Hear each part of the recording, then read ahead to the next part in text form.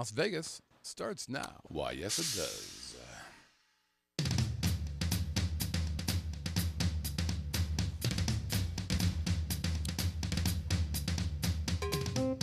Ladies and gentlemen, boys and girls, welcome from Las Vegas, Nevada, that groovy little podcast that gives you a true first-person look into what it's like to call Sin City your home. The Living in Las Vegas podcast. Here we go.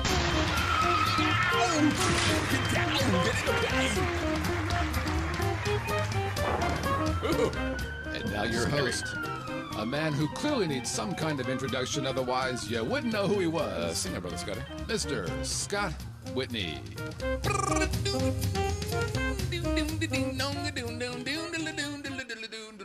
Welcome, everybody, to the Living in Las Vegas podcast here on the Vegas Video Network.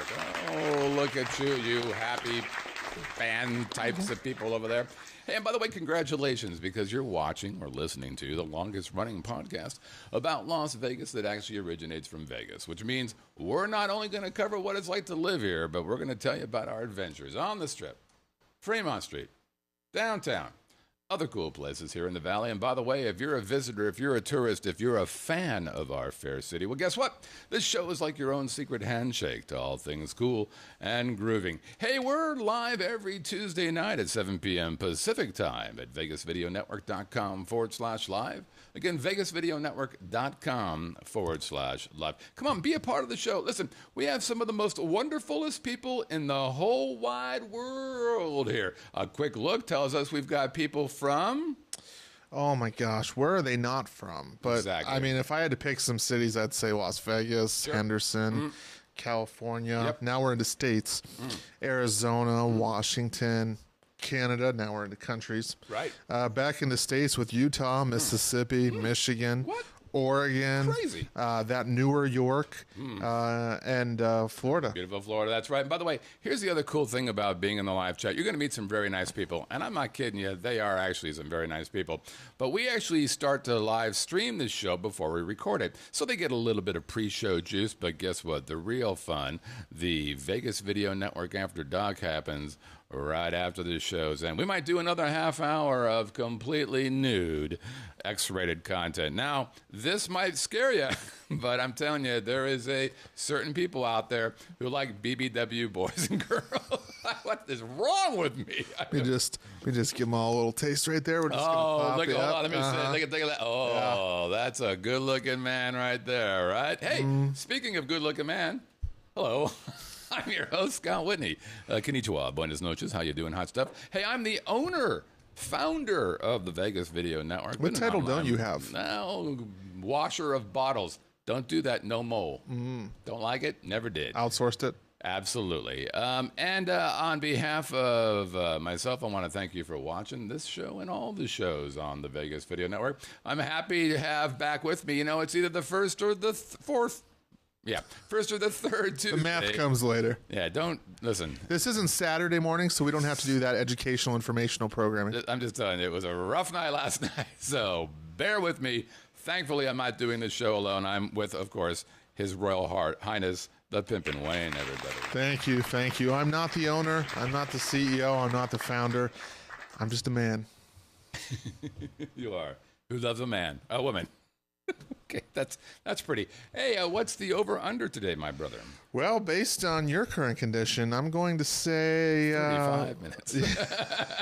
Remember the old days? Remember we had tried to do that 6-4-4-4? Oh, I do. Oh, my gosh. So horrible. That was like running a marathon. I hated I'm it. still out of breath from that. I hated it. I'm going to say 76. Wow, a lot of people in the live chat. We had 77, 85, 277s. Oh, that's the same guy.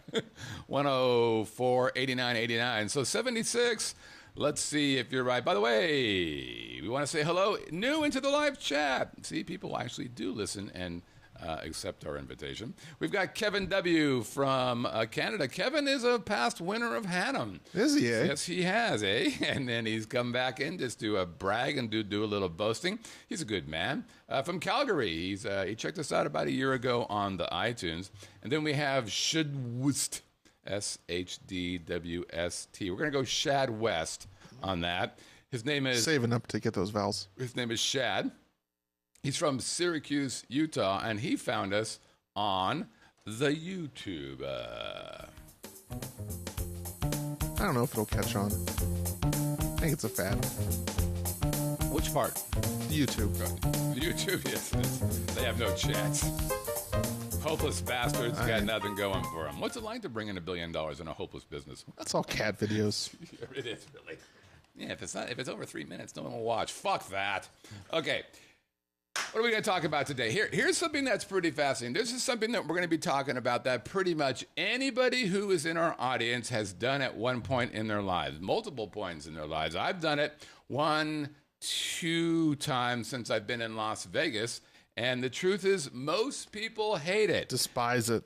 Don't like it at all. Now, am I talking about a proctology exam? Oh, no. I find those fun and enjoyable. Those are fantastic. Best drugs in the world. It's good enough for Michael Jackson. Hell, it's good enough for me. But that's not what I'm talking about. In fact, what I'm talking about is, dun, dun, dun, buying a car. Tomahawk say no. Yeah, nobody likes to do it. And come to find out, it gets a little wacky here in Canada, in Las Vegas. Las Vegas wacky in buying and selling cars? Well, God bless it is. Now, a couple interesting facts, or an interesting fact I will begin with, and then Wayne just had this experience over the last weekend. And so we're going to get in some of the details of what he had to go through. And I'm going to provide a couple stories, share guidance, ideas when it comes to this, because I actually really enjoy buying cars. There's some gamesmanship there. It's a very us, you versus them mentality. It is. And if you're anything like me, and that's the only reason I can stand to be in the same room with you, unlikely, is that I love more than anything else to win. Yeah. It's good. Mm-hmm. Yeah, that Raiders thing kind of let me down a little bit. But nonetheless, I really enjoy this. But most people absolutely hate it. Now, here's an interesting fact. Dealerships in Las Vegas who sell new cars cannot be open for business on Sundays. State law. That's right. It's called the Blue Law. And what's fascinating about it is, I know when I first moved here, I'm like, okay, let's go, let's just kind of check the place out. It's 2005. Sure. It's a Sunday. Let's go look at some new cars. Yeah, what the fuck? Yeah, this is what people do on weekends, right? That's when you're supposed to buy cars, is on the weekends. And we pull up to, I don't know, it was a Chevy thing or a Dodge thing or probably not one of those two pieces of shit cars, but likely a Buick. And they had a chain in front of the driveway. I'm like, what? They must be shut down for inventory. As I go to the next place, I'm like, what? Right. In Las Vegas, of all places. Yeah, no last call. Right. The doors don't close on most of our bars, lounges, casinos. You've got supermarkets open 24 hours. You got banks open. And you can't spend hordes of money. It's insane. And actually, it started off as a gentleman's agreement between all of the different dealerships. But in 2001, the Clark County Commission said, you know what? We're going to pass an ordinance prohibiting this. Now, I feel like this might be a Mormon holdover a little bit, but I don't know that for sure. Now, you can buy a used car on Sundays, like, for instance, CarMax. Yeah, you can buy there. But if you're looking for a brand new car, that's a no. Okay. Or a used car sold by a new car dealer. That's right. Mm-hmm. That's right. So if it's a new car dealership, go on a Sunday. Now, Wayne, being the best husband in the world, he went out and fought the fight. He fought the dragons. He fought the dragons for his wife. Tell us, Wayne, first of all, what happened there? What's going on? Well, as you said, most people hate it, and I'll be honest. When you start to think about it and you're doing the research, there's just so much out there on the internet. It becomes overwhelming because, despite the fact that cars manufacturers have kind of shrunk, over the years, Oldsmobile, Pontiac, Hummer, Saab, all these brands that don't exist anymore, right. They're still just it's almost overwhelming. So the first thing that you do is, you narrow it down. You decide, okay, let's at least kind of decide what we want. We did that in two ways. The first, of course, is the internet. Yep. You spend all your free time, the Google machine and those different websites. You look at the pictures and the shiny, the fancy videos on the YouTube, which I don't think it's going to last. But the second thing I would highly recommend is, if you're in the market for a car, go check out an auto show. There are. My God, this is the second person who has told me this today. Rosie, the intern, said her dad likes to go to auto shows. They're fantastic. I've never been to one of these. So there's one in Las Vegas every year. Now it's on Thanksgiving weekend. So if you got some downtime, it's great. Right. If you got to entertain people and take them to Harrahs and Get away from the family. right, then you might have to try to fit it in. But Hannah and I actually made a little trip to the homeland there, Scott. We went to Orange County. Oh, there you go. And California. Yep. And they had the Orange County Auto Show. Let me tell you why an auto show is great. Okay. Because everything you hate about car buying but like about cars is there. Okay. And here's what I mean. All right. Cars, check. Yep. Salespeople, no check. Check X. That box is left blank. Okay. It's just this giant convention space. All the cars are out on the floor and they're unlocked. They're open. You can sit in there, play with the seats, adjust the mirrors, look at your hair, throw your kids in the back, make sure they fit, pop the trunk, have your wife get in to see if in case things go south, if you have to drive out to the desert one night and get rid of the body, make sure that it fits. So it's fantastic because there's no salespeople. Right. So you can touch it, you can do whatever you want, and you don't get anyone coming up to you saying, so what's it going to take to get you here into this fancy little thing? What now? Can you drive them? You can. So Las Vegas doesn't really do that. Las Vegas, for being a convention and trade show kind of mecca, I'm not going to lie, the auto show is a little below par when it comes to some of the other states. But out at Orange County, they had over 100 different cars you could drive. Yeah. Honda had a booth.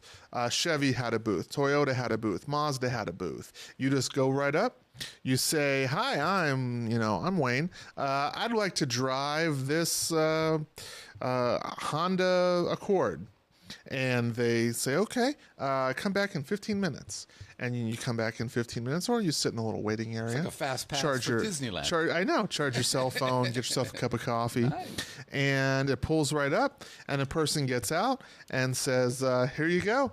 And they sit in the passenger seat just to kind of make sure you don't make a run for Tijuana. Now you're allowed to go faster than 20 miles an hour? Yep. You can go out. I think it was a road. They kept you on the roads around the convention center out there, so you could get up to like 40, 45. Okay, right. So you had a general idea. But you could get to touch the buttons and see it and get a feel for it. Again, no pressure, no salespeople, because this person is just a product rep making, I don't know, $15 an hour from some marketing company. Right. So they don't care if you like it or not, or you're wasting their time. They're there all day anyways. Right.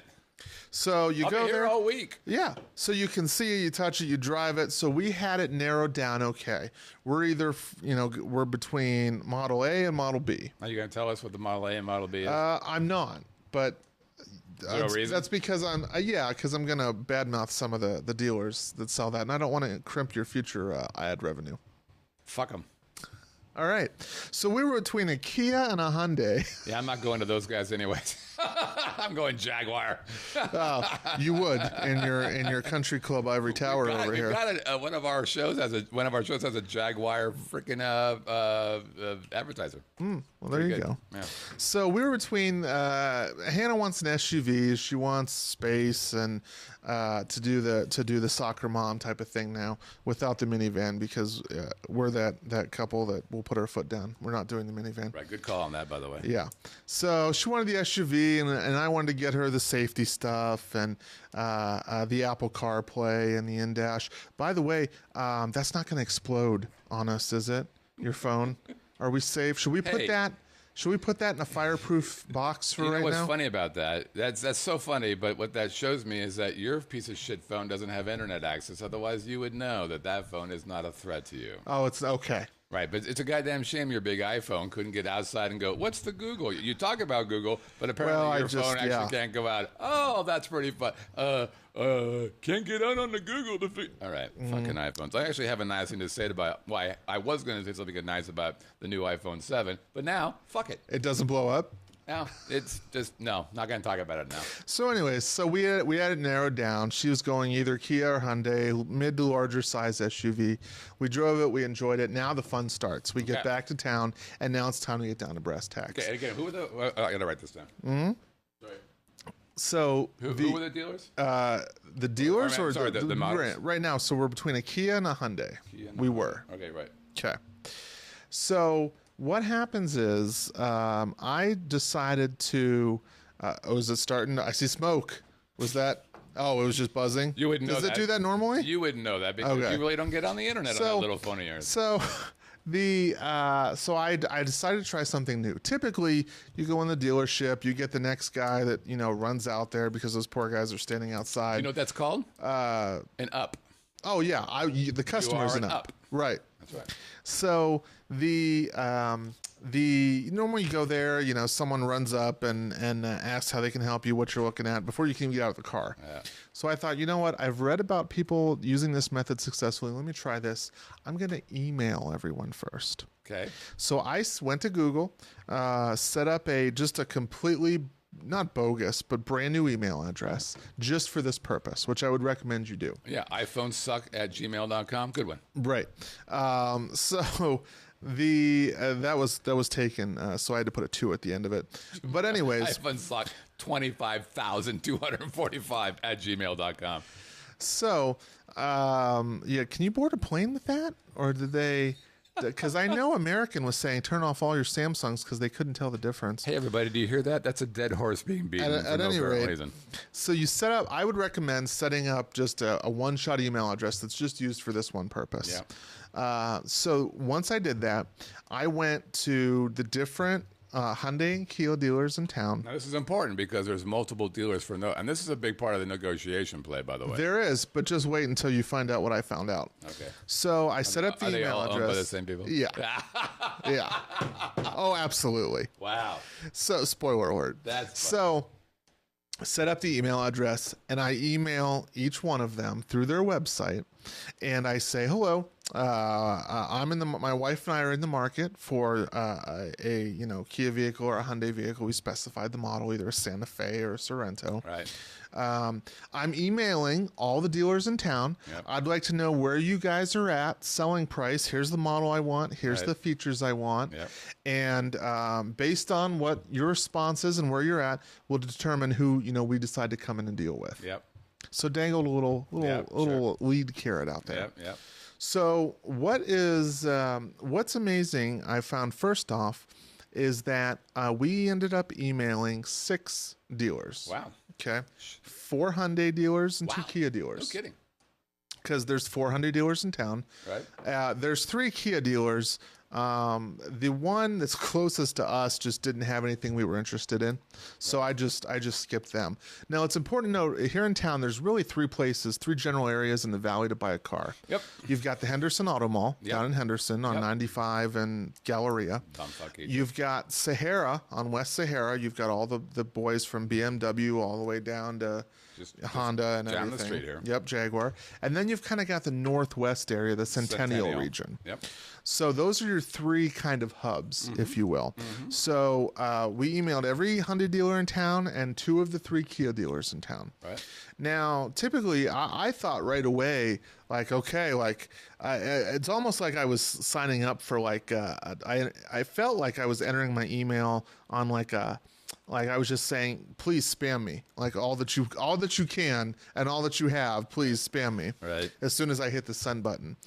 Some of them did.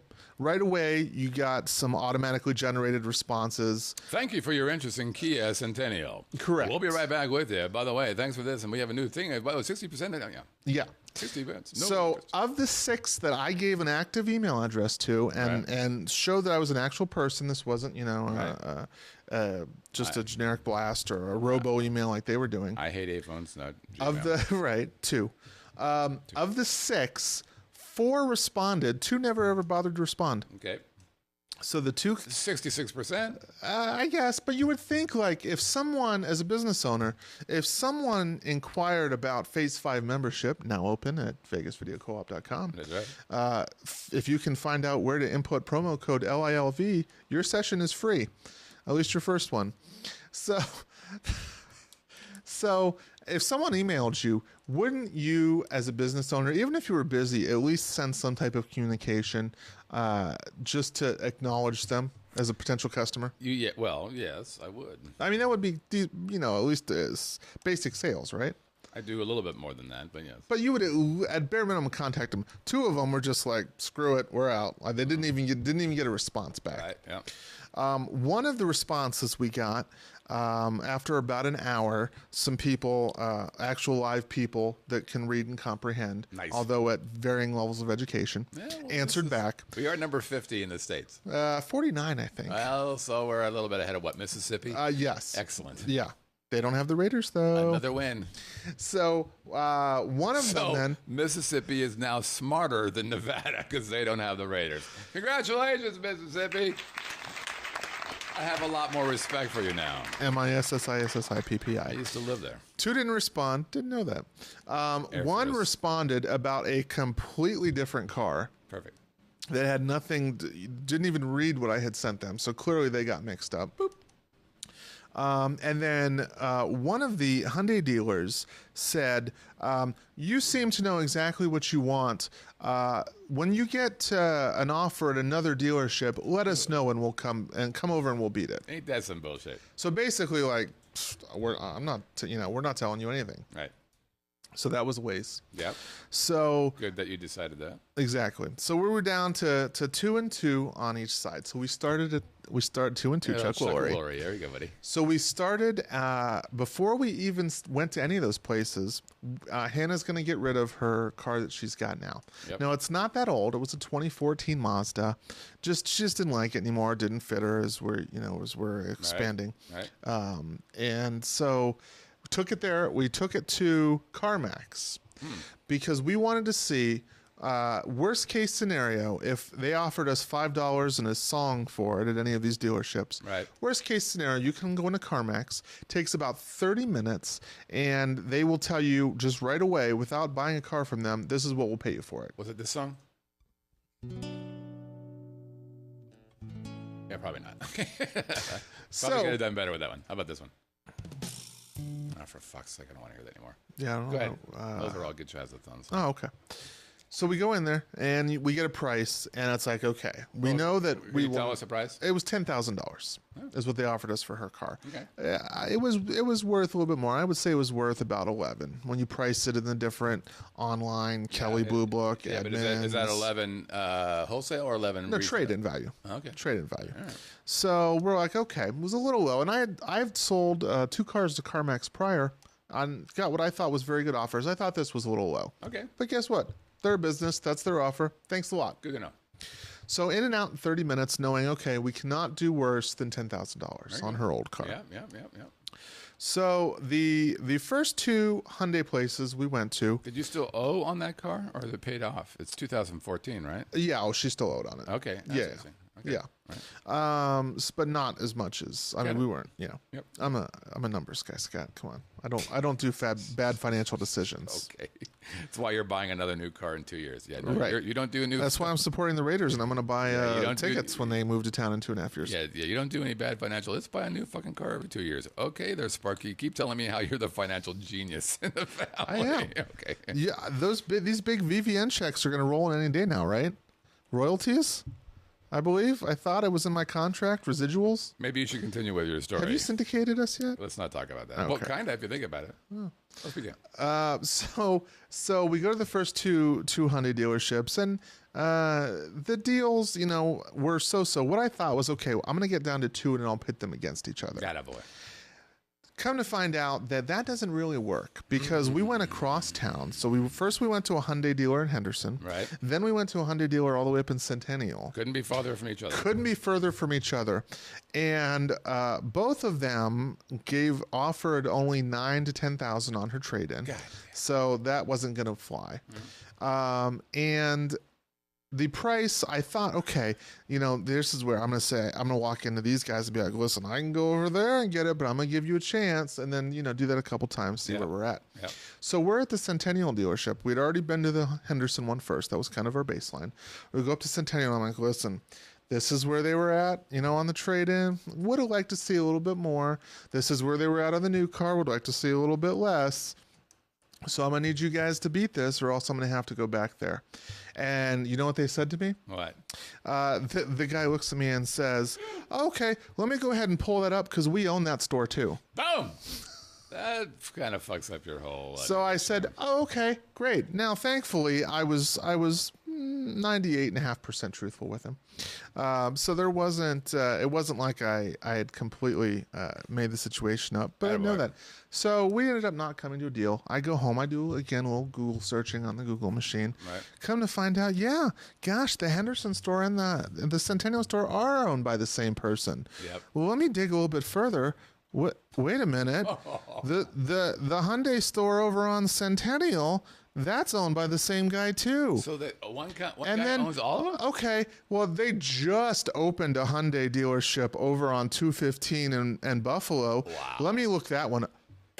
That one's owned by the same company. So all owned by the How same about company? that? Oh, They're all owned by the same guy. Wow. Who, and you can do your own Google searching, also owns a whorehouse in Nye County. Nothing wrong with that. Don't you? And either him or his father, I stopped Googling, has connections to the Colombo crime family. Hey. Yeah. Maybe you should step away from those guys. So I kind of did. Good boy.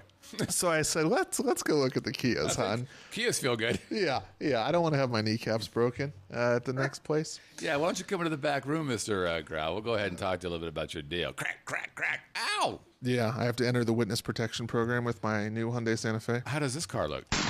Excellent. I'll take it. I'll take it. It's fantastic. Thank you.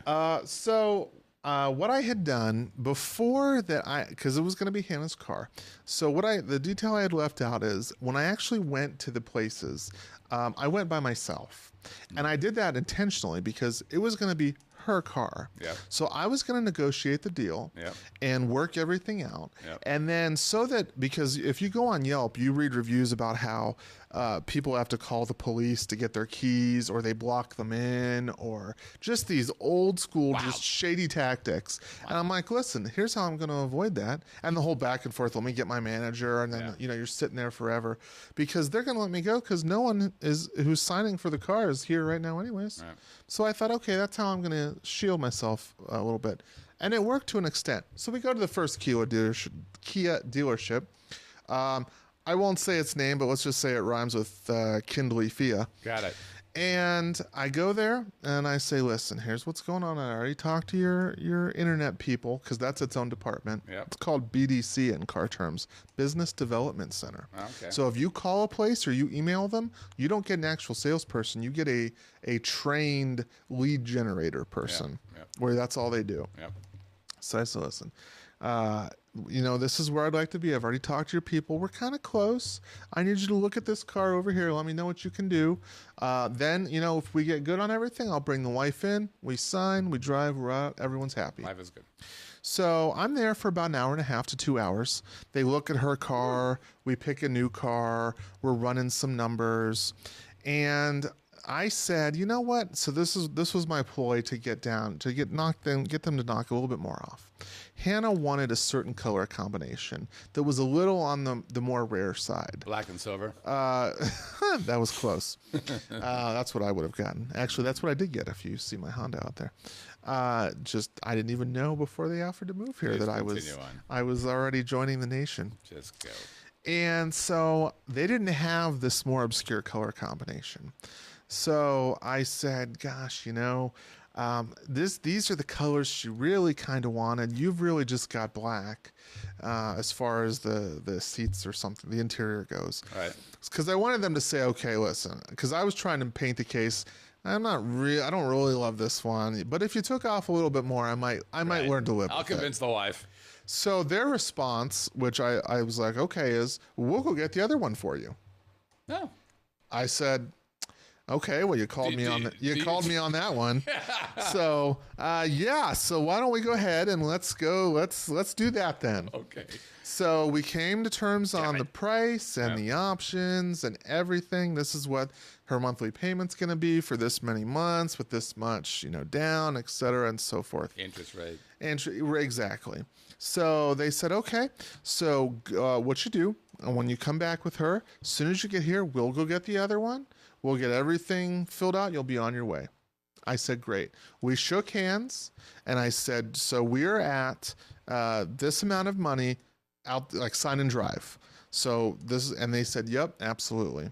So I said, okay. They gave me a business card. I wrote that number on the business card. Yep. Go home. It was late. So I said, oh, you know what? I'll bring Hannah back the next day. So the next day, before I bring Hannah back, call the salesman back up. Hey, buddy, how we doing? This is Wayne from the deal last night. Wanted to make sure this is where we're still at. Yup, absolutely. So I thought, okay, let me test him a little bit. Okay, so you know what? What if we change the term to this and we change the money down? Okay, Mr. Crow, it would turn out to this. Yep. Okay, what if we do this? Yes, Mr. Crow. Okay, I have that it would come out to this. Yeah, so I checked the numbers frontwards and backwards, right? Yep. So I said, okay, that sounds good. We're going to end up doing one of those three. Talk it over with the wife. I'll bring her in tonight. Great. As soon as you get here, I'll go up there. We'll get the other one, and then we'll have everything. You guys can sign the paperwork while we're washing it. You'll be on your way. Right. So that night I leave work, go home, grab the wife, say we're all set. Is that Craig calling again? That's the Kia place saying, that's not true. He's lying. Right. So I go home, grab the wife, bring her back. We've got, our son with us now. And so we've got the portable DVD player. He's got his video games because he's all set. This is going to take some time. It's going to be boring. So we get back there. It's about 5:30, 6 o'clock. They're like, yeah, come on in. Have a seat right here. So we sit down. We're all ready to start putting pen to paper. And so here comes the closer. Not the salesman. Here comes the closer. And I'm thinking to myself, well, this is interesting. Okay, maybe this is just how they just do business. Maybe the closer is the one that, closes the deals. Maybe he's the one that... Better penmanship. Exactly, right? A little bit more trustworthy. I don't know, more seniority. Oh, yeah. So the closer comes out. And he says, okay, we're all set to go. There's just one thing. We got some bad news. The car we were going to go get for you with that unique color combination, it's not there anymore. Oh, they sold it. Those bastards. Yeah. So they said, but you know what? We've got the ones that you didn't, the color combination you didn't want. Let's go. Has your wife seen it yet? Did you ask, when did that car get sold? When did you know it was sold? I didn't. At this point, I didn't because I got the wife with me now. I'd be like all over that shit. So I said, okay, you know what? Because I've already wasted. We sat in traffic. Took us an hour to get there from Henderson. I was like, okay, not going to flush this just yet. Yeah. Let's see where this goes. So I take Hannah out. We show her the one that with the other the darker color combination, and Hannah's like, "Yeah, this will be fine." I don't, I was being picky before, so okay, so great. We'll switch it to that one. Same price, right? We're all good on, because it's the same sticker price. Yep, absolutely. So we go back inside. Here comes Mr. Closer again with the piece of paper. He says, okay, this is where we're at. I said, well, that seems like it's gotten a little bit higher since we last talked. Well, yes, because what we do is we have the I think they called it Pro package or some type of package. So for $500, I got the windows tinted. What? Yeah. And nitrogen in the tires. Oh, nitrogen. Just for $500. And so, exactly, that sounds going through my head. Yeah. So I said, listen here. The guy's name was Joe. I said, Joe. Yes, Joe. First off, the windows already come tinted from the factory. Yeah. Oh. So maybe you guys did it. Maybe you didn't. No, we absolutely did. Okay. Fine. Second point, Joe. The air we're breathing right now has 70% nitrogen in it. And you know what he says to me? Realizing that, okay, all right, I got one with a couple of brain cells on the hook here. This guy's got a he says, IQ. No, actually, it's 82%. Oh, so that was such a dumb move. I said, okay, well, even better, Joe. So, not really going to pay $500 for your tint and your nitrogen. Right. Not to worry. You know what? Hold on one second. I can take care of this. Yeah. Walks back over to the sales desk. Comes back. You know what I'm going to do?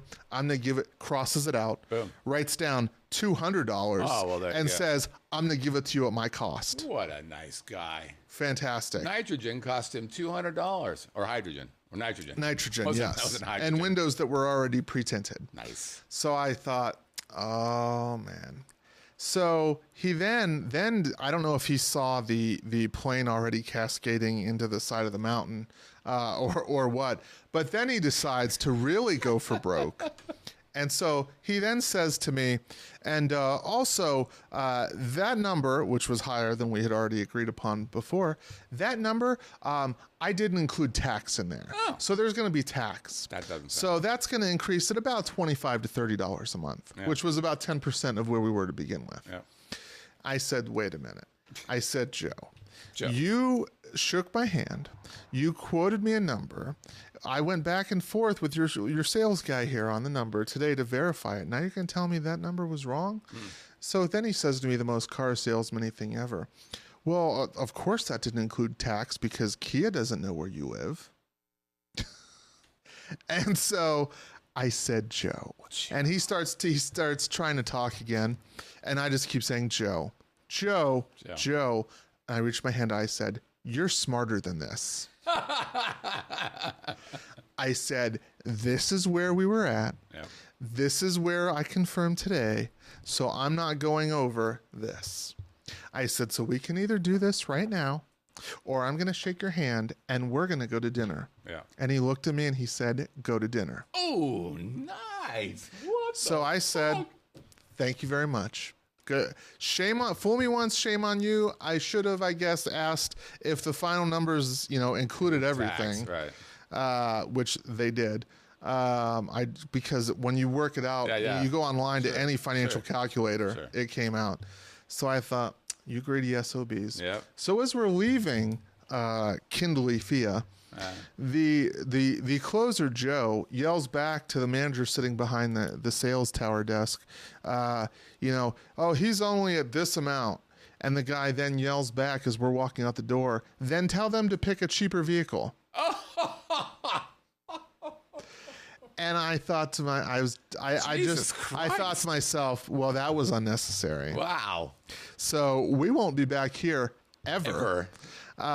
So pack Hannah and the kid back up in the car. Jeez. Drive home, get some ice cream because you don't want to. I think we actually stopped at IKEA also to get the ice cream because you don't want to end the day on a low note like that. A little bit of little Swedish mushroom. So that was very disappointing. So the next day, contact the Kia dealership over on the Centennial side of town, and they say, not owned by the same people. Not owned, thankfully, by the same people. Yeah. And go up there and say, listen, this is where I was at with the other guys.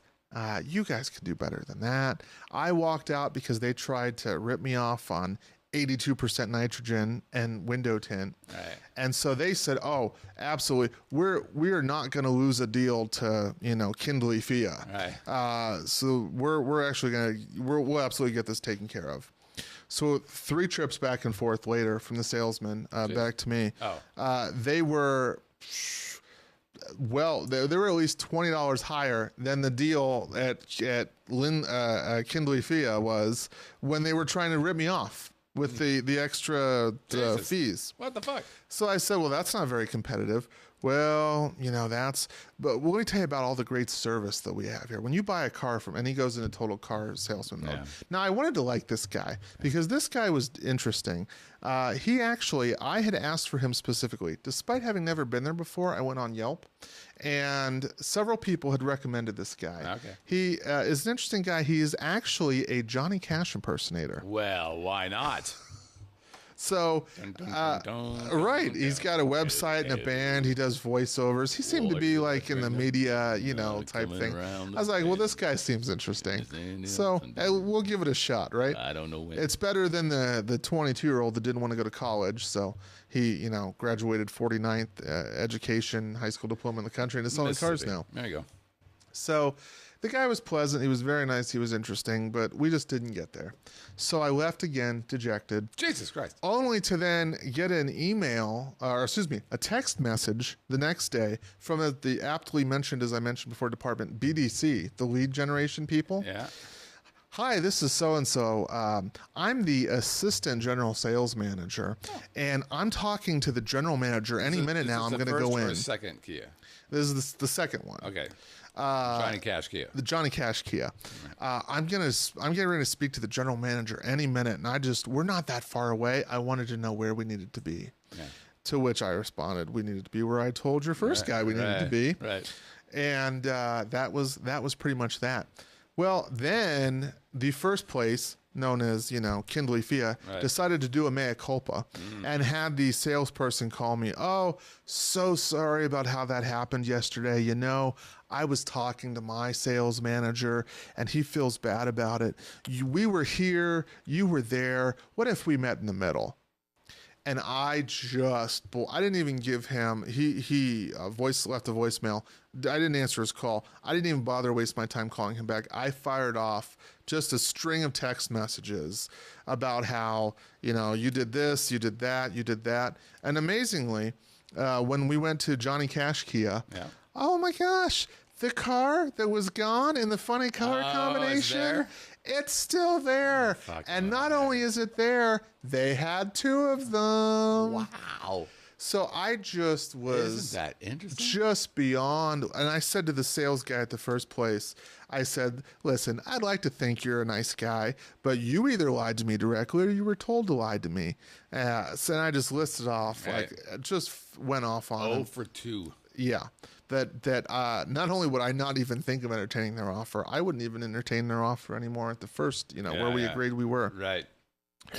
Did you end up buying a fucking car? Did. So they went and talked the assistant general sales manager, which is ironic because when I had emailed her several days ago, she was the internet manager. Carl Perkins just this rotating. I mean, it was so car salesman-y how they just call yourself, because they don't want to call themselves the lead department or the BDC department. So one day this person was the internet sales manager. The next day they're the assistant general manager. It didn't matter. So weird. At the end of the day, we got to where I was comfortable, a little bit higher than we were at the, Kindly Fia. Right. But where it was acceptable, because after a while, you got to factor in your time and you're running back and forth and just your aggravation. Yep. So you're like, you know what? I'm not going to be cheap about this, because what I was going to do, what several people had recommended to me and what I might recommend to people in the chat, everyone that I had talked to at work said, you know what you do if you want to buy a car? Go to California. They said the prices are cheaper, and I looked it up. They actually are, in the sense that one thing I picked up through my trials and tribulations is if you buy a car in California, instantly you're going to pay $400 less than Nevada because of a little thing called doc fee or document fee.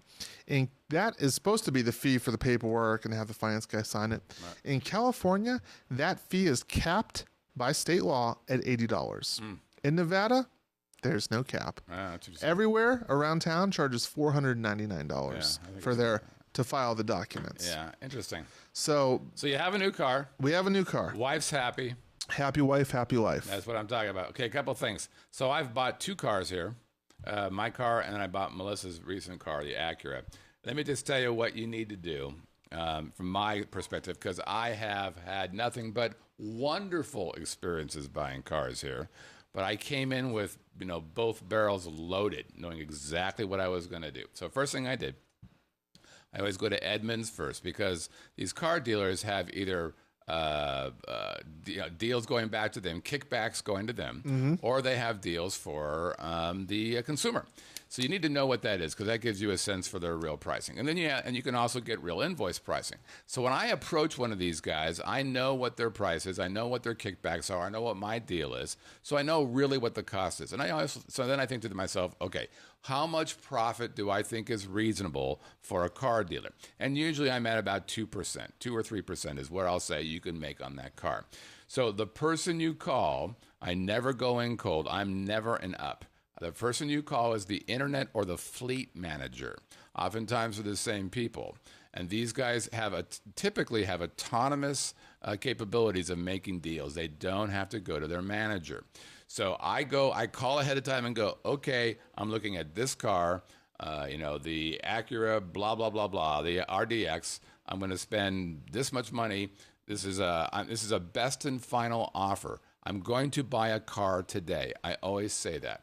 I'm going to go to your dealership, and I'm going to go to the other guys. I will buy a car today, I don't know who I'm buying it from. You know, whoever makes this easy and painless, I'm going to go. Oh, yeah, come on in. So we went in there. This is for Melissa's car. We drove the MDX and the RDX. MDX was too big of a car.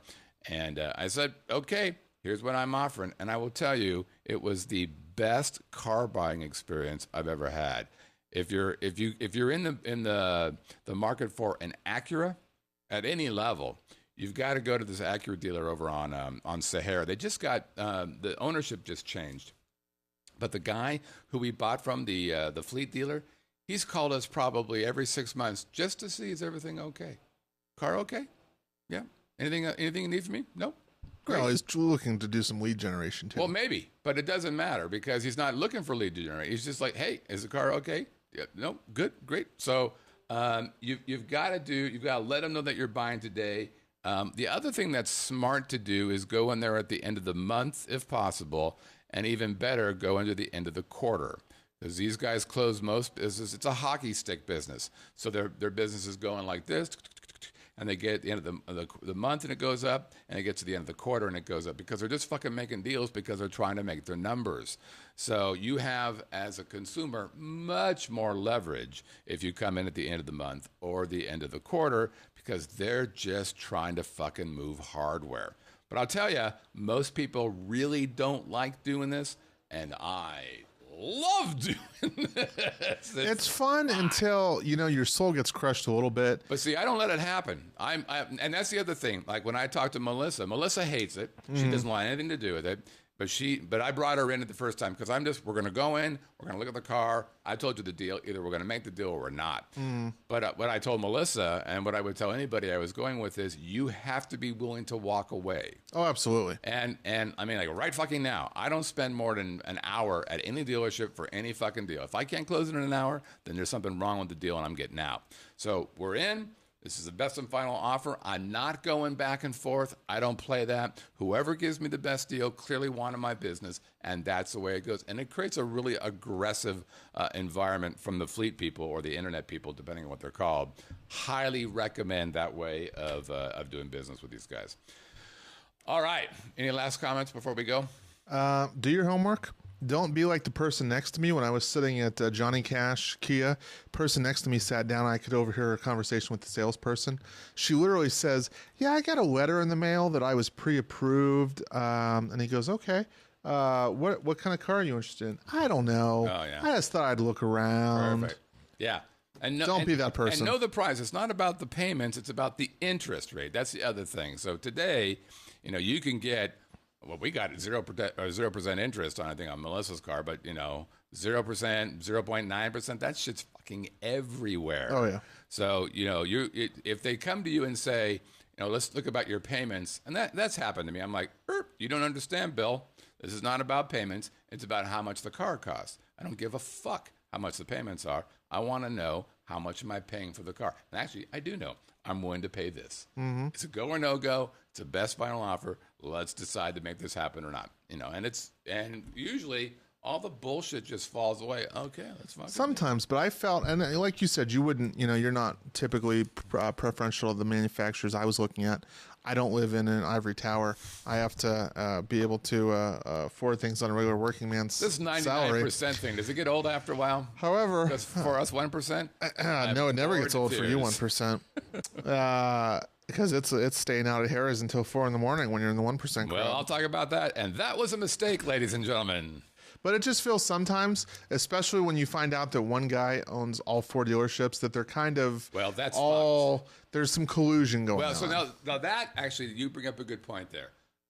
I can't negotiate against that because that is collusion, and although probably not legally collusion, well, it might be. But yeah, you can't, if they're all playing the same game, then you can't play one against the other. Exactly. Now, I haven't had that happen. I bought a Buick. That wasn't a problem. We bought an Acura. That wasn't a problem. But yeah, no, you're right there. I mean, if I would try not to be in that position, but if you're looking at a car and fucking 4 dealers all by the same guy, yep, that's pretty creepy. All right, let's read some email.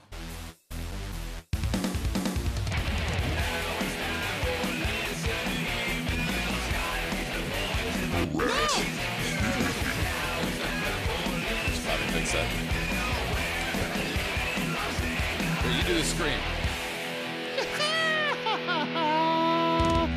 Wow. I'm not going to fix that until you get better at that. That's just the way that's going to be. All right.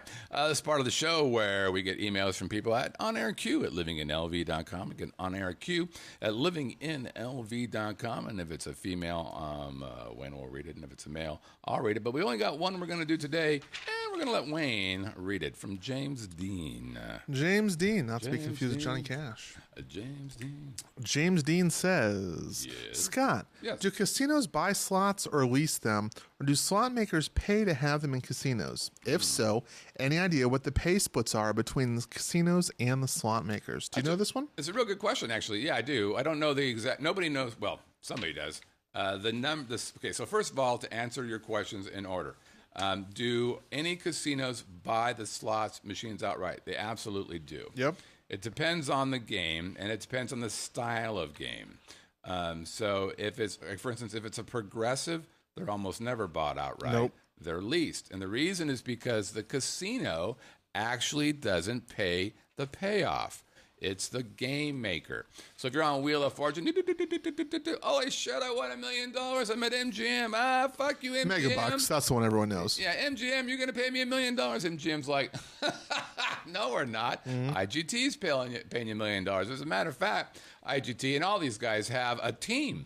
The big check team. Yep. And so when a big check comes, they wake the person up. These are usually retired folks. And they're like, okay, get a big check and write $1 million and head on over to Red Rock because Jimmy over in Red Rock ran himself $1 million. And so that's how that works.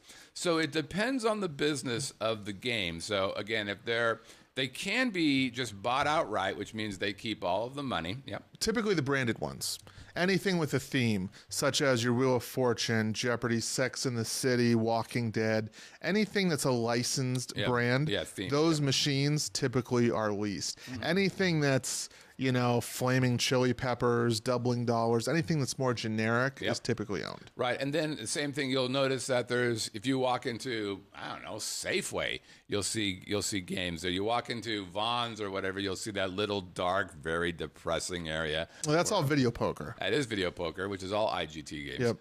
And actually, what happens there, it's not IGT who runs that deal. It's a small, I'm not sure what you would call them. They're slot route operators. Yeah, there you go, slot route. And so those are the people who basically say, we're going to put them in there, you don't pay for the games, and we're going to do a rev show. Now, I don't know what the rev share of these games are. Well, in the small places, sometimes they just rent the square footage.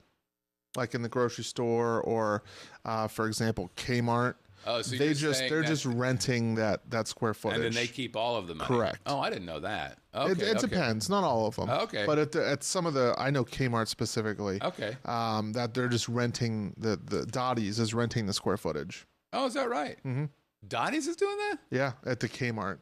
Oh, okay. Not Dottie's is at Kmart. Yeah. Dottie's is a standalone small casino. Mm-hmm. They also run the slot routes in Kmart. Do they really? Yeah. Oh, that's interesting.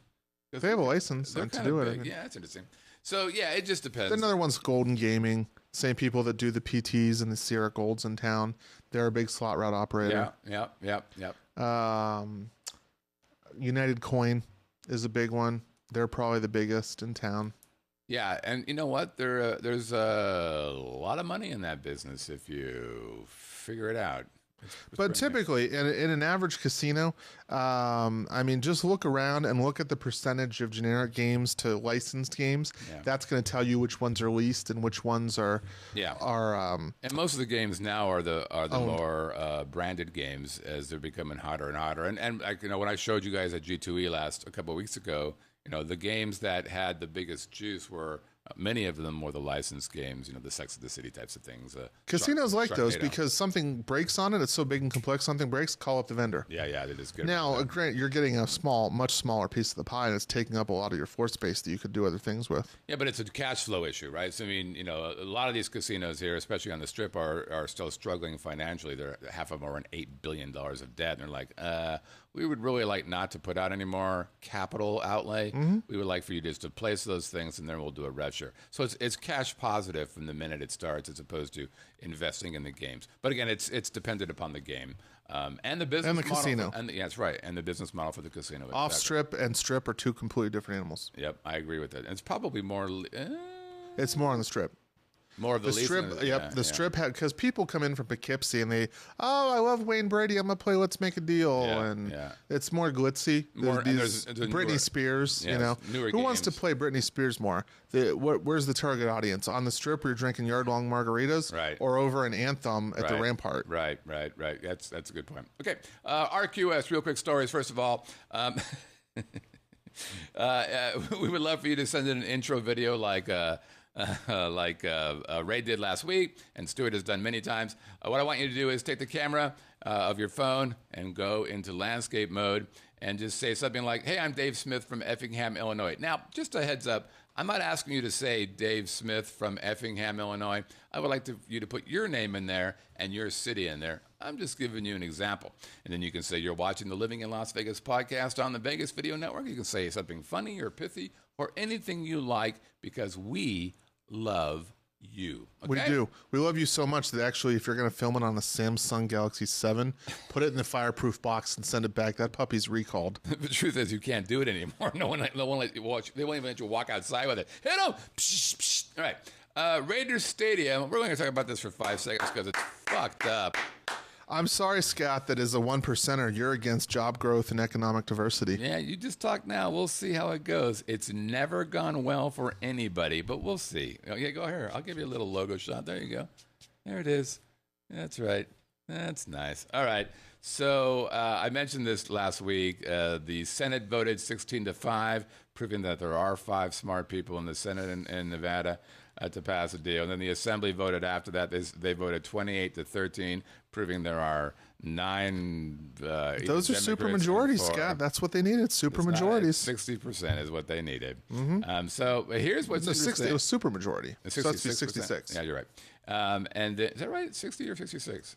Super majority. I thought it was 66. I thought it was 60, but it's a majority. They're not fiddle fucking around. Which just means one thing: can't wait till the next election cycle, because the last 2 times this happened, the last 2 times there were special sessions in Nevada, which were for Tesla and Fair Day Future. No, okay. Every time that happened, the people who voted for those things were voted out of office the next time they had the opportunity to be voted off the off the office. So guess what? I will vote. Tribe has spoken. If my guys, if my person in my district voted for this guy or gal, I forget who it was now. You don't even know. See, that's the quintessential. You don't even know who it is. Listen to me. I'm busy, for fuck's sake. I emailed. So are lots of people. I emailed them. Did you? Know? You're goddamn right I did, because I was pissed off about this, because it's not a good deal. Okay. So I emailed him and said, look, these are the parameters. Would you do, actually I asked the question, would you do this? The one person who wrote back, woman actually, she said, no, I agree, this is a bad deal. So, smart minds do rise above the gravy here in Las Vegas. Anyways, but here's the interesting thing. The NFL does not vote on this until mid-2017. No, it's January. I just read it today, mid-2017. No, it's January. They're going to vote at the Super Bowl meeting. Really? Why did it say that? I don't know. Okay. Maybe if you quit reading... it was the Review Journal. The Review Journal, who's fucking blowing the NFL. Yeah, they're fucking fantastic. They're actually meeting right now. Mark Davis will be updating the owners tomorrow on the deal that got passed here in Nevada. I need to get a haircut sound effect. And how Steve Wynn and the governor and Sheldon Adelson. It's great to have the business community on board for that. Yeah. As well as the labor unions were strongly behind it. Yeah. So he's going to update. Because when you think labor unions, you think cost savings and smart money movement. He's going to update smart fucking labor unit in the whole world. He's going to update the owners, and then they'll file for relocation, officially take a vote in January at the owners' meeting for the Super Bowl. Well, I guess how about that? The Review Journal was wrong again on their reporting. I mean, you're so busy looking for hit pieces that you can share on your Facebook page, Scott. They require 3/4 of a majority to have this thing passed. And that will happen as well, without problem. Sure it will. So that's fantastic. Okay, let's move on to happier times. Yesterday, I decided to go to Harrahs to prove to myself that I'm every bit my age.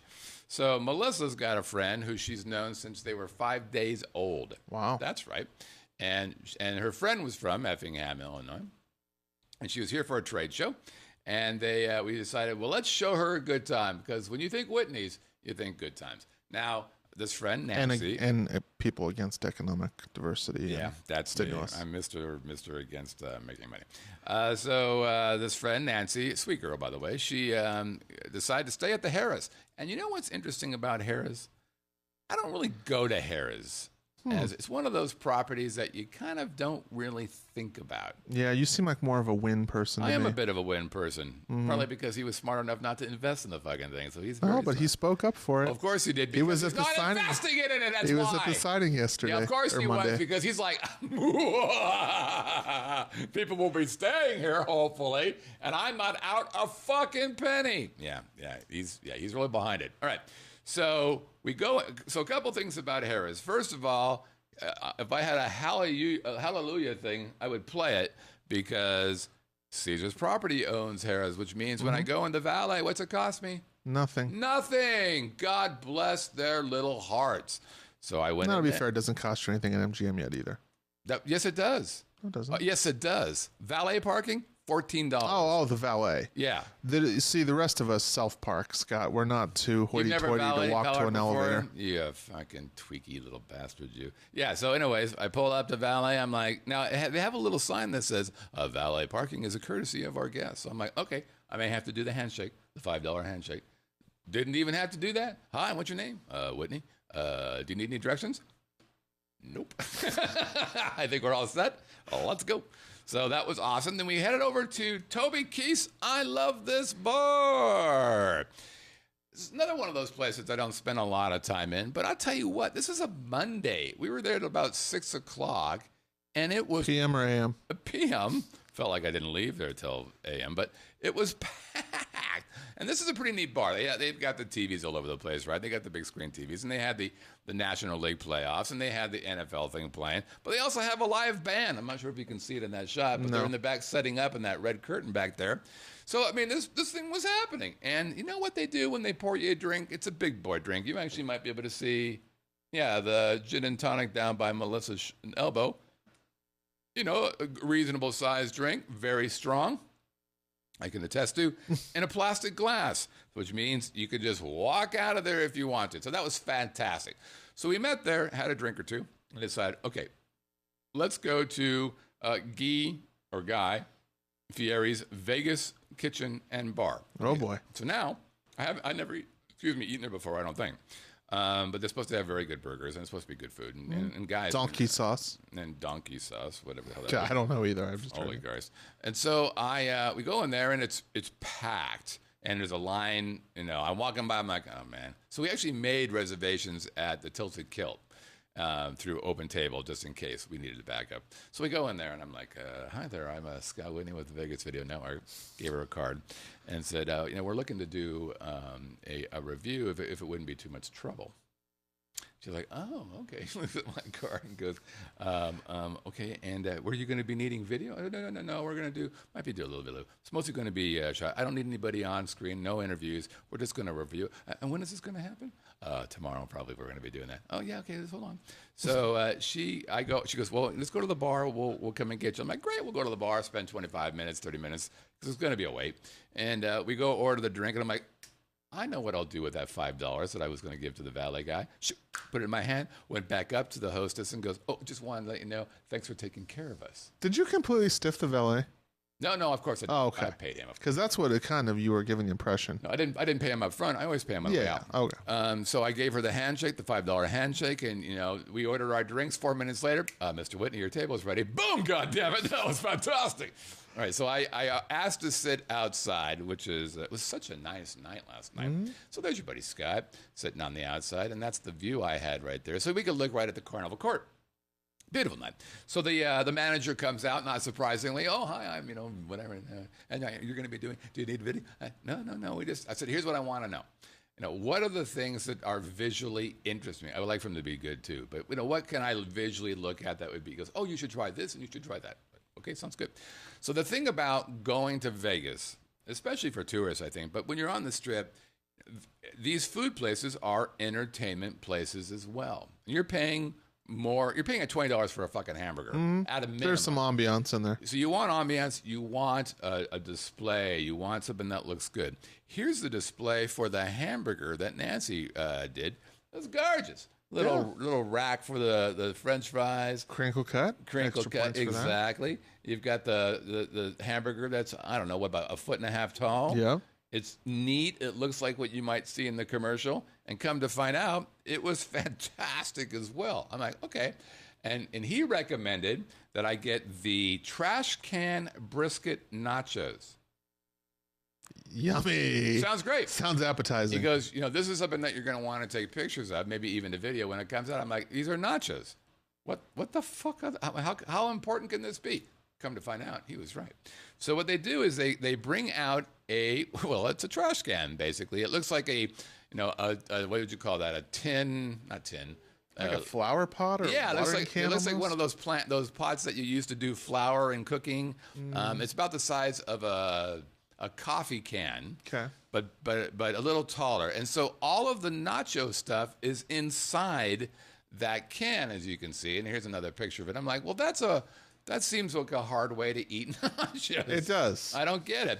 So they bring it out like this, and then if you notice, he's got a handle, and he starts to lift it up, and boink! Look at that. That's creative. Isn't that clever?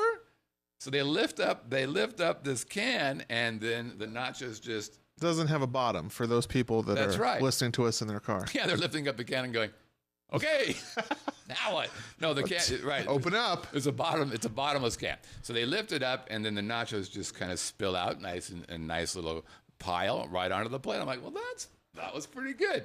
Now, this is a brisket nacho as opposed to the traditional Mexican nacho. There is a difference. The meat there had that kind of a barbecue sauce. I'm not a big fan of that in the nacho. I'm a purist. Give me a nacho, give me cheese, give me taco meat, that kind of stuff, some guac, some sour cream. That's what So the flavor was, if you like brisket, the brisket was good, but I couldn't get my head wrapped around a brisket on a nacho. So that part I didn't care about, but the idea behind it was Oh, and I talked about guys. So our waiter was named Scott.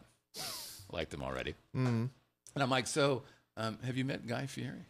He goes, yeah. I said, he's kind of a douchebag. Because, he's got a reputation as being like that. He's like, no, the guy is super nice. I mean, what do you mean he's super nice? He's like, he's in here all the time. Like, really?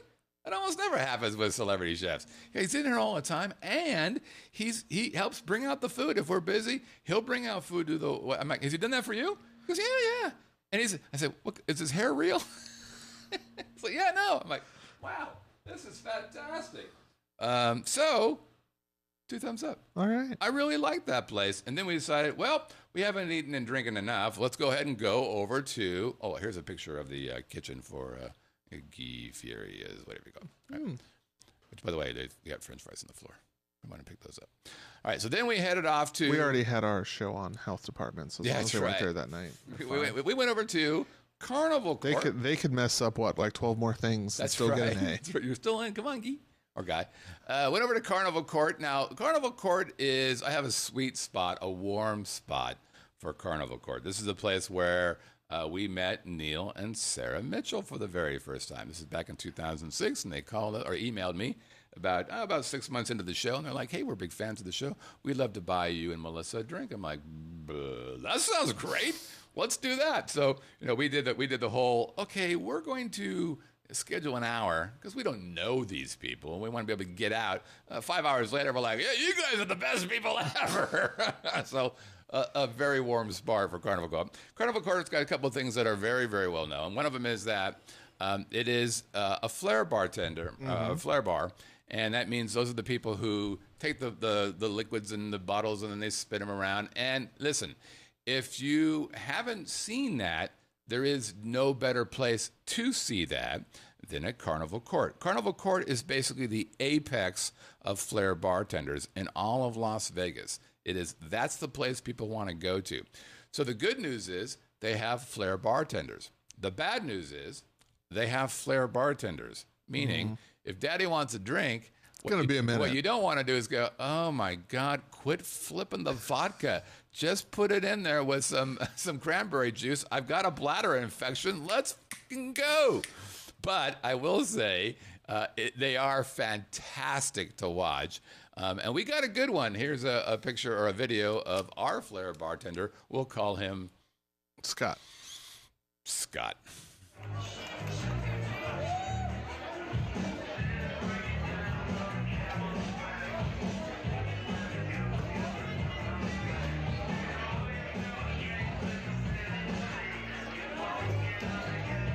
Look at that. Watch this. That's hard. Yeah. Nicely done. I really like it. There's some commentary in the background from a drunk spectator. Right. He did some other pretty cool things here. Watch this. Then, back around. Boink. Nice. So imagine you're from Effingham, Illinois. You've never seen this before, and you're front and center and watching this craziness happen. That is pretty damn cool. All right. Oh, wow. Nice little move at the end. He's good. This guy's good. These are the best. When I first moved here, I spent some time talking to some of these guys, and it literally is the apex of flair bartenders. All right. So then we decided, well, we haven't had enough to eat and drink yet. Let's go somewhere else. Okay. And we did. So we went to my favorite piano bar in Las Vegas, and that, of course, is the piano bar at Harrahs. And I like this again because the people watching on the outside of the strip is fantastic. They got great musicians here. And the people watching inside the place is pretty good. For example, this guy here, he was done. Yeah. He looks done. I think he's had 2 drinks or 1.5 drinks. But he was not having any more. Not as done. I mean, you and I still have the record of seeing the most done person in all of Las Vegas. A drunk girl? Yeah, the Asian at Caesars. Yeah, who couldn't sit in a wheelchair. She was so drunk. She couldn't walk, and then they put her in a wheelchair. Like, okay, that's a safety measure. We can't have her walk, or she's going to fall and break something. Yeah, of which she melted out of. So it was so weird. She was like. Jello. Yes. She was, but it hadn't fully hardened yet. Yeah, Needed another hour in the fridge. So they put her in the wheelchair, and she literally went, and the security guys are going, the fuck are we supposed to do with this? This is not what's supposed to happen. This woman is supposed to sing it. I'm like, well, and she did that, well, I don't know how many times, 4 or 5 times. At least. It was, I kept thinking, then that girl's going to fucking die. Yeah, right. Because that activity is not positive. And the boyfriend's like, looking kind of embarrassed. I'm like, well, can I go to jail for this? Yeah. Or yeah. Well, it depends on a couple of things. A, how old is she? Because she looked pretty young, but hard to tell with Asians. Yeah. Okay, and so then the funny thing about this, before we wrap up, that's the Harris story, is Melissa got a brand new iPhone 7. Good for her. Yeah, I knew I liked her better than you. She is bright. She sure is. And so she comes out of the bathroom and she's like, what's the matter? She goes, man, that's a fucking $700 phone. What are we doing here? She's like, well, I was in the bathroom, and next thing I know, the iPhone is in the toilet. I'm like, that's fantastic. So did you fish it out? She goes, yeah. So let me see it. Well, as you know, the iPhone 7 is partially waterproof. Mm-hmm. And guess what? It held up. Well, no problem. Yeah. First time I've ever said, all right, iPhone's okay. Your little walled garden prevented the water from coming into that phone. So you win. It's watertight, those bricks. All right. Why did I write Wayne the Official? I don't know why I wrote that in my notes. Oh, football. We were talking about football earlier. earlier. We'll skip that. Yeah. Okay, let's do, what are we doing on time? Hour 14. We'll do a couple quick chat potpourris. Ready?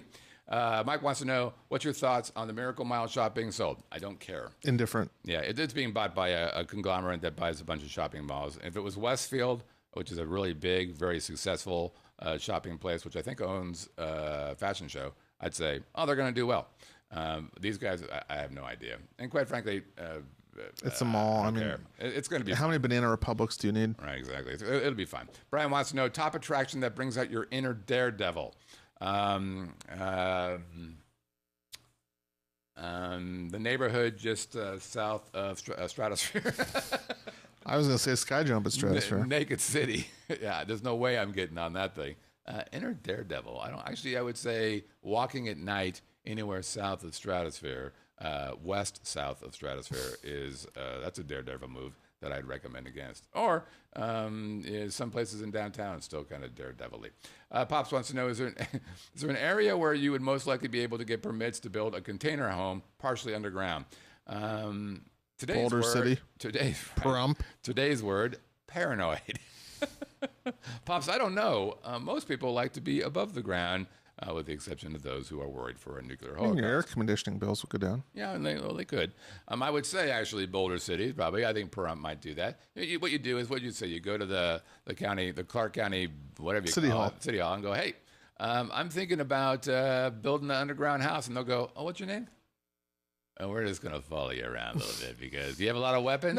No reason. Right? And what's your name? Ashtir? Perfect. That's fantastic. We're doing all this. Right. And then Morgan Dollar wants to know, Scott, roughly how much of a price increase for a home with a pool versus without for insurance? My guess it would be 10%. There's so many of them here. And there really aren't, you don't hear of many accidents here. I mean, you hear an occasional accident, but most people are pretty smart. As a matter of fact, there are some very specific rules that your house has to have if you have a pool. If you have a pool, your gates to your house must be self-closing and locking. Otherwise, they don't allow that. So for that, let's go swimming. And while we're swimming, let's have, because I need another one, a drink on me.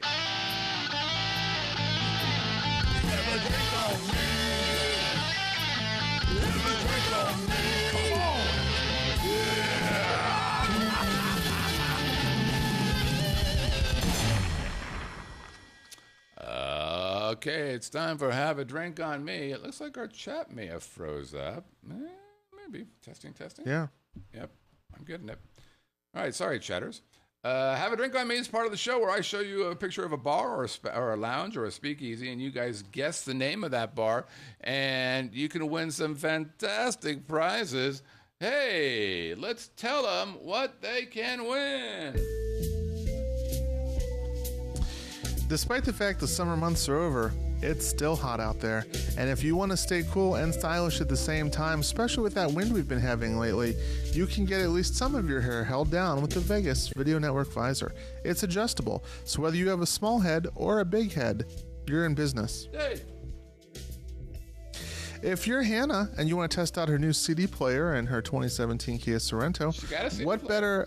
They still come with it, I know.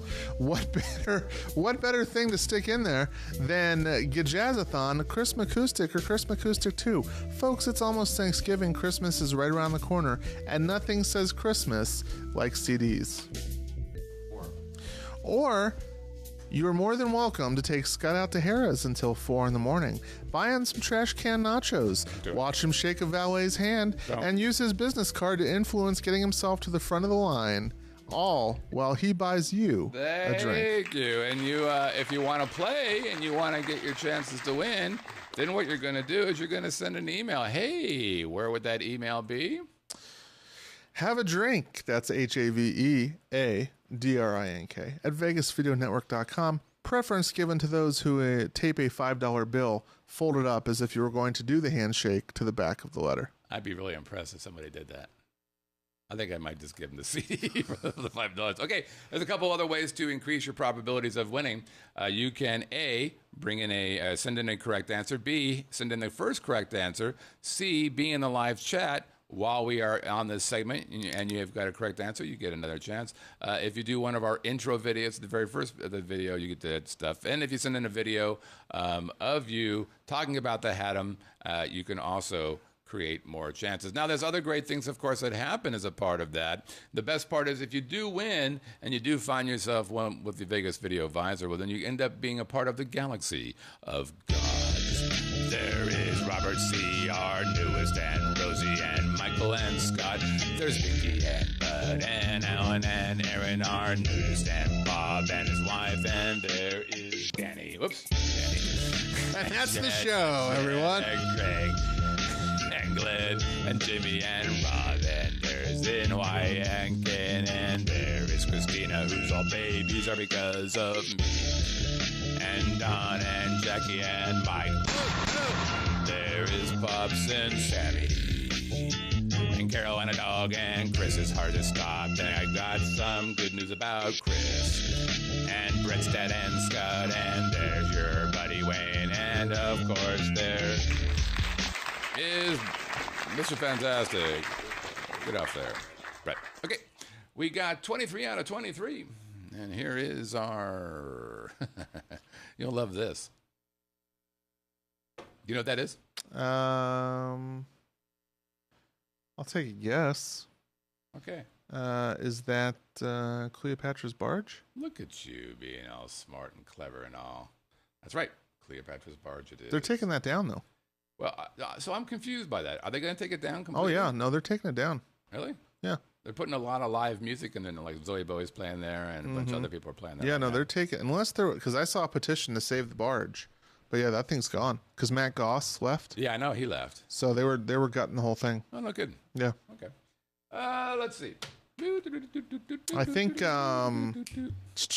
reported that. Yeah, I think you're right. Okay, ready? Here we go. I can't tell who's in the live chat now. Nope. We're going to have to guess. That's kind of fun. Let me actually check another way of this. I might be able to do this way. That's what I'm talking about. I got many ways to play this game. Oh, yeah. Here we go. All right. Are we ready? Number one. Over here. Number one, we've got Eric Hansen. Eric Hansen gets one for the correct answer. Eric Hansen gets one for being the first correct answer.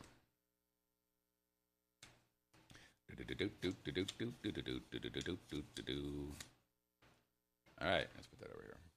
Then we got Jim Gallagher, Jimmy Two G's.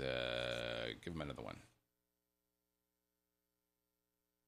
And then we've got Tom Uglin. And Tom gets one. And Michael Snow, Chicago Snowman. He gets one for the correct answer, one for being in the live chat. And then we've got Mike Q. One for the correct answer. Mike Q gets one for the live chat. Mike who? Mike Q. Mike who? So who's our first thing? Oh, man. Comedy is much harder than it looks, isn't it? What size in the spiked shoulder pads? Because you can wear them for Halloween and then when the Raiders come. Yeah, not interested. Greg Tappa, one for the correct answer, one for being in the live chat. We think. No, I can see it. I can see it. I've got another one that's not locked up, so I can see. And we've got Penny Gregory, one for the correct answer. And we've got Gary Romberg, Mr. Testy, one for the correct answer. And then we've got Monica Fagan, one for the correct answer. And Aaron Perry, one for the correct answer. And Robert C., the newest Galaxy of Gods, and he gets one for the correct answer. And he gets, I thought I saw him in the live chat, one for being in the live chat. Robert C. Did he win? Okay. And we've got Andy from New Hampshire, one for the correct answer. We've got Brett Barnes from Paradise, California, one for the correct answer. We've got Kevin Whipf, who is from Canada. He gets one for the correct answer, one for being in the live chat. It's Kevin WIPF. First time in the live chat. He's going for more. You don't say so, eh? I don't say so. And Steve I, the wise guy from Prescott, Michigan, one for the correct answer. Steve I gets one for being in the live chat. And we've got Mike Beatty, who enjoyed the last week's show. He loved the tour of Topgolf. Have you been to Topgolf, by the way? I have. Twice. Pretty neat. Yeah. Mike. No. Okay, we got lots of emails. Here we go. First up, we've got Brian M. And I think Brian is in the live chat. There he is. So Brian gets one for the correct answer, one for being in the live chat. And Brian writes, most esteemed imperator. I was roaming around Yelp tonight and happened to come across this week's Haddam location, which simply stated is Cleopatra's Barge at Caesar's Palace. Please be advised that if you are planning on visiting the Queen, there has been a plague of asps seen in the area and would recommend a limited stay. Likewise, the PMS, Persian Merchant Society, is putting on its first annual Fine Rugs and Apparel Craft Fair near the Southern Gates. The Pharaoh herself has... Pharaoh can't be a female, it's only a male. Oh, Brian. He writes interesting words, and yet it's unknown if he knows what he's doing. The Pharaoh herself has personally requested that a token of appreciation be purchased upon arrival. Your faithful legant, or legate, hard to say, Brian M. Thank you. He does put a lot into his writing, and I appreciate that. Next up, we've got Laura Meekin, one for the correct answer, and Lauren writes... Hey, Scott. Thank goodness for the Liz Taylor clue. So obviously, she is probably most well known for playing Cleopatra, using that as a starting point. After a bit of research, as I've not seen it for myself, this week's Haddam is Cleopatra's Barge at Caesar's Palace. That's right. Best wishes to Brett. He's still in my thoughts. Hope he is doing well. Enjoy your week, Laura. Thank you, Laura. Very well done. All right. And next up, we've got Morgan Stromsmo. And Morgan, let's say Morgan's a woman. Let's pretend. Why not? It's 2016. Sure. Hey, Scott. Welcome from snowy southern Alberta, Canada. I had a chance to listen to my very first live, in quotation marks, podcast this past Tuesday. Woo-hoo. Though I don't consider myself a newbie, No. as I've listened to many of your podcasts on YouTube. I would migrate, Morgan. I don't think it's going to catch on. Yeah. I'm a big fan of all things Las Vegas, and I've become a big fan of your show. Look at her. If I have time next week, I will even try to jump in the live chat. And she has in the live chat. I see her, Morgan S., so we're going to add her in there. It seems like a good bunch who like to have some fun. We This week's Haddam, Cleopatra's Barge in Caesar's Palace, was pretty easy for my first Haddam entry. Of course it was. My wife and I lost our Vegas virginity at Cleopatra's Barge. Oops. As we actually had our very first Vegas drinks in this bar. Uh-oh. The sticker shock almost killed me. Yeah. But I quickly learned it's just the cost of drinking on the strip. Keep up the good right. work. Cheers. Here's a tip. Maybe if you're going to lose your virginity, don't do it at the Cleopatra Barge. That's just me, though. I'm crazy that way. So Morgan S. gets another one. And write Morgan Strom or whatever it was. Because I believe that's the Morgan who I see in the live chat. There's two Morgans, actually. We've got double Morgans today. How about that? Isn't that neat? Wow. And next up, we've got Steve Rhodes from the UK. Steve writes, Hey, Scott. I hope all is well in the land of totally electable presidential candidates. Well, it looks like our intro video had a entry, and a photo must have gotten snagged in your spam filter 2 weeks ago for Haddam. Yes, it did. I'm sorry, Steve. I know you've probably cleared your spam filter by now, and I have. But if you could let me know the best email to send the intro video, though you would have added me to your trusted list by now. I should have done that. I'm sorry, Steve. Just send it to onairq@livinginlv.com. We'll get it that way. Actually, the best way to send it is through WeTransfer, which is a website, but let's not get carried away. Yeah. That's what Pops does. I'll send another entry this week, separate in the email, which you did, possibly returning in March. And with the current state of our exchange rate, good time for a UK holiday. Free drink would be worth a pricely sum in pounds and terms. All the best, Steve. Thank you, Steve. Next up, we've got Alan Perry, who's in the live chat. One for the correct answer, one for being in the live chat. He was one of the first ones in there this beautiful evening, and Alan writes, Hey guys, the Haddam Bar this week is Cleopatra's Barge at Caesar's Palace. I think this was also the place that Matt Goss used to do his show. Is that right? Yes. Yes, it is. Now that Goss's show is closed, I ran into a rumor that Cleopatra's Barge was also due to close and be rethemed. There you go. That is correct. Mm-hmm. Do you know if that's going to happen? What the Seahorse Lounge closed and will be opening with a different theme. Horrible. I now read where the Seersucker Restaurant and the Omnia nightclub are evidently closing. Wow. What's going on at Caesar's Palace? Panic. Is this just normal attrition of bars, restaurants, and nightclubs? It seems like Seersucker wasn't there that long. It wasn't. That place was Munch Bar just a couple of years ago. Yeah. I guess nothing lasts long in Vegas. No. It just seems like the pace of change at Caesar's Palace has been pretty rapid recently. Yep. Nothing does last long. Reputations, virginity, nothing really lasts very long in Vegas. Why is it happening? I don't know. Well, I'll tell you why. These properties are super aggressive when it comes to either you're making money or not. And by the way, most of the restaurants that you see there aren't owned by Caesars. No, not at all. They're four-walled. I'm coming in with seersuckers. I'm buying the room. I'm renting the room, basically. Mm-hmm. And if they're not paying the rent, guess what? you Time to go. gotta go. And that happens with a lot of shows. There's been a shitload of show closings here. As a matter of fact, what's the rock one? The other Rock of Ages just announced that they're closing as well over at Rio. And they just moved to Rio, I don't know, 6 months ago. It wasn't very long. So it's rough times being a show, and I guess it's rough times being a restaurant, but it's always rough times being a restaurant. Next up, we've got Michael B., and one for the correct answer. Michael writes, Dear Wayne and Podmaster General Scott, now that I've sufficiently buttered up the host, this week's Haddam is Cleopatra's Barge at Caesar's Palace, the former home of Matt Goss. I'm sorry that his show is one of the victims of the closing wave has overtaken the strip. Yeah, we're just talking about that. I have caught a performance back in January and enjoyed the Rat Pack vibe that Matt tapped into. Anyhow, thanks as always, Michael B. from Chicago. Thank you, Michael. Okay. And then finally, we've got one more.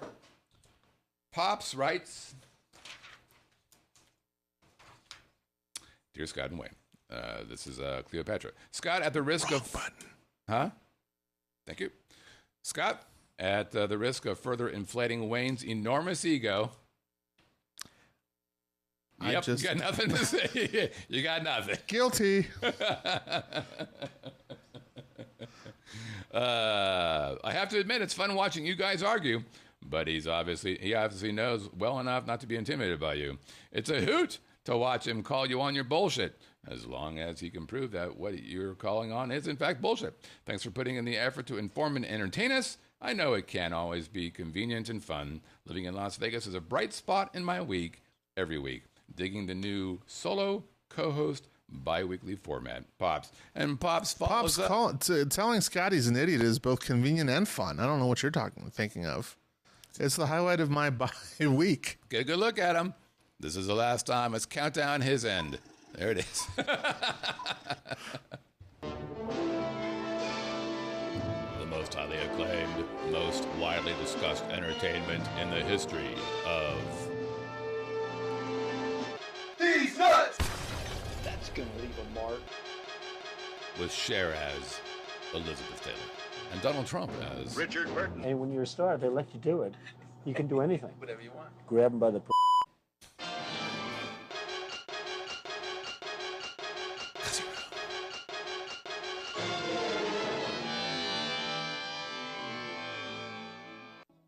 Hey kids, Pops here with a specially autographed copy of the Jazzazon. This week's correct Haddam answer is Cleopatra's Barge at Caesar's Palace. This is a really good selection. It's got great people watching in the daytime, and at nighttime it has free live entertainment.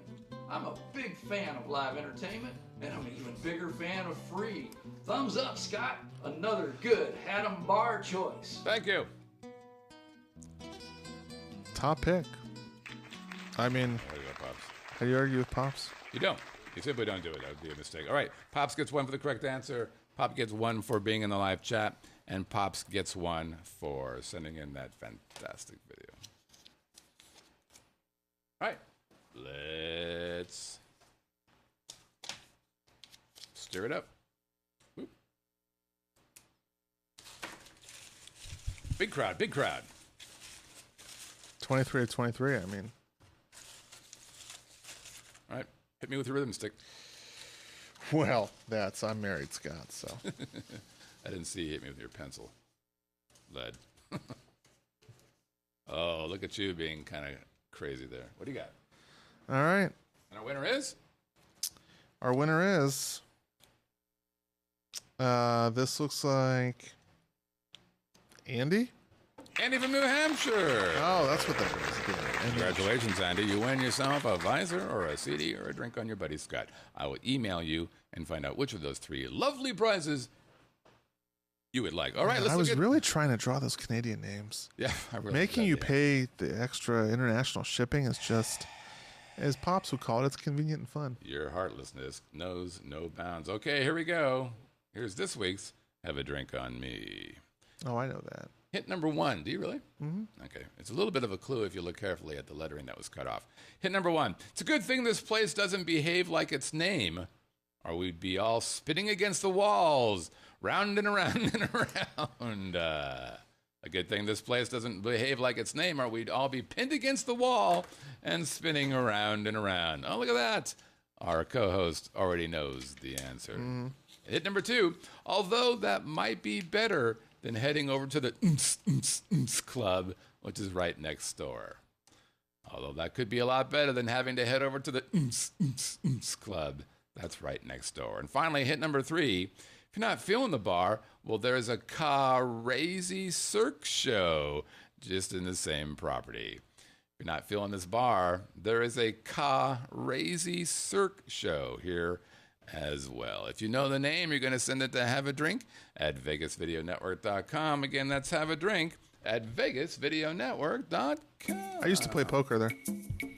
That's how I knew that. Oh, really? Is a poker room right by there? Used to be. Okay. Hey, thanks everybody for watching. If you guys want to send us a voicemail, you can do that by sending it to onairq@livinginlv.com.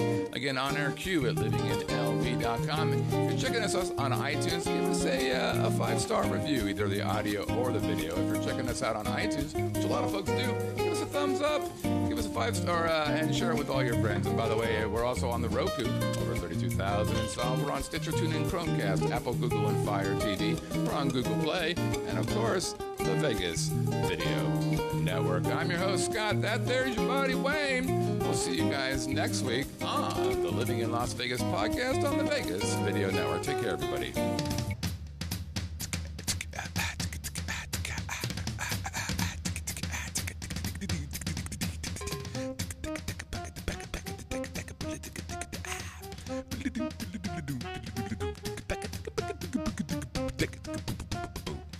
Take it.